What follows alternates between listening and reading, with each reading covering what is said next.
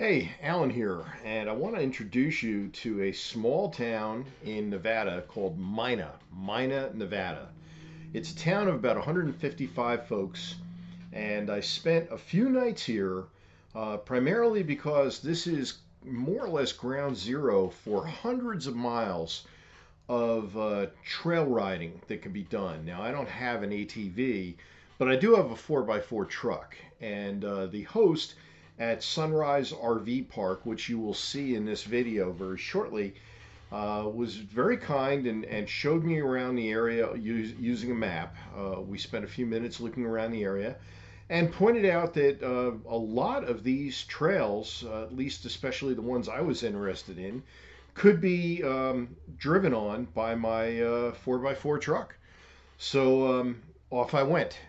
And this post, which is at rvacrossamerica.net/Mina, Mina, is about visiting the first two of several ghost towns that I visited over a period of a few days. Now, these ghost towns are called Candelaria and Marietta. They're both pretty interesting. They're both not much left in those areas, but there's a lot of interesting history. And again, the post rvcrossamerica.net/Mina, Mina, has the information. Now you're looking at the Sunrise Valley RV Park. And this park is a desert RV park. It's gravel and dust and sand. But it's a nice place. It's pretty effective for what I needed to do. The hookups are good. The price was not cheap. She runs a premium pricing, but it's worth it. It's definitely worth it. Easy in, easy out, and nice views from my site. So you see me driving through it right now. And again, very, very nice people to actually help you out as you go through the area. Now, there are additional videos that you'll be able to access from my post. One, where I'm introducing you to everything, and two, where I take you through the two ghost towns that I visited on my first full day that I was in the area. And this was in October, and it was still pretty hot. It was up in the 90s.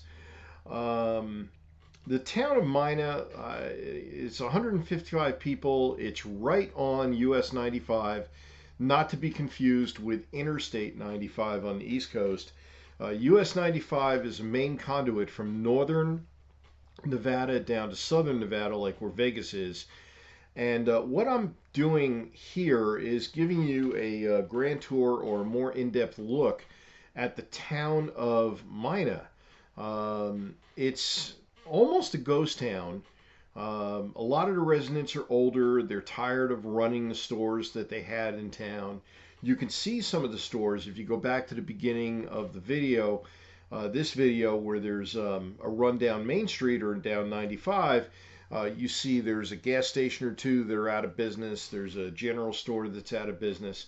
Pretty much the only thing that's still in business in town is the RV park, and at the north end of town there's a hamburger joint called Socorro's. Highly recommended by Wendy, but I didn't have it because I had a burger a day or two earlier, and I'm not going to eat burgers all that often. But I want to kind of take you through town. There's still a little bit of life in the community. It looks like that the homes are occupied, many of them. They're kept up. Not a lot of affluence in town, but you wouldn't expect that. I was surprised to see that there's no gas station. The nearest gas station is 70 miles to the south, in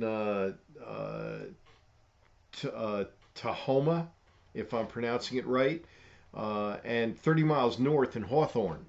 That's also where there's anything resembling restaurants and stores, grocery stores. There's a Albertsons up in Hawthorne, and down at Tahoma there's a small grocery store. I forget the name of the company that runs it, but you've got to travel quite a ways just to get to that.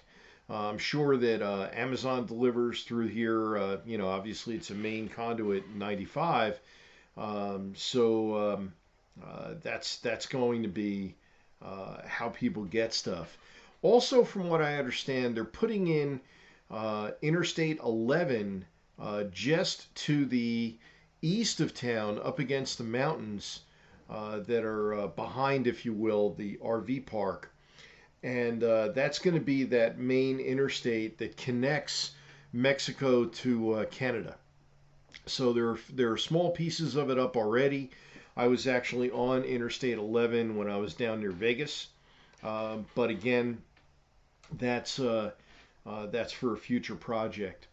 Mina itself, like I say, outside of the RV park, had very little to offer for me, but the opportunity to explore these ghost towns, which I personally find fascinating, and the history of these communities was really what I'm about. So again, when you go to my post, rvacrossamerica.net/Mina, that's where you'll be able to access videos that will tell you about Candelaria and show you Candelaria and show you Marietta. And then the following day, frankly, that post is not up yet as of the time I'm making this video, but you know, if you see this somewhere down the road, I'm sure there will be a link in the main post to get over to the next post.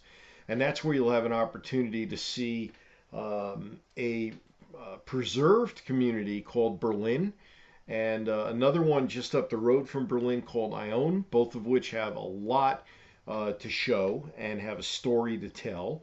And I'm also going to introduce you to a town called Luning, which is about 10 miles north of Mina, which is listed as a ghost town, but it itself has about 87 residents, according to WikiLeaks. So you see a little bit of activity in Luning, but and for that matter, a little bit in Ione, but nothing in Berlin. And you'll see what those towns are all about when we get there. So we're taking it one step at a time, showing you the Nevada desert. These are all easy access towns. If you have a good two-wheel drive that's got good clearance, or an all-wheel drive like a Subaru or something, I think you'd be just fine to go explore some of these ghost towns that are within easy reach of Mina. And again, that's all detailed on the post.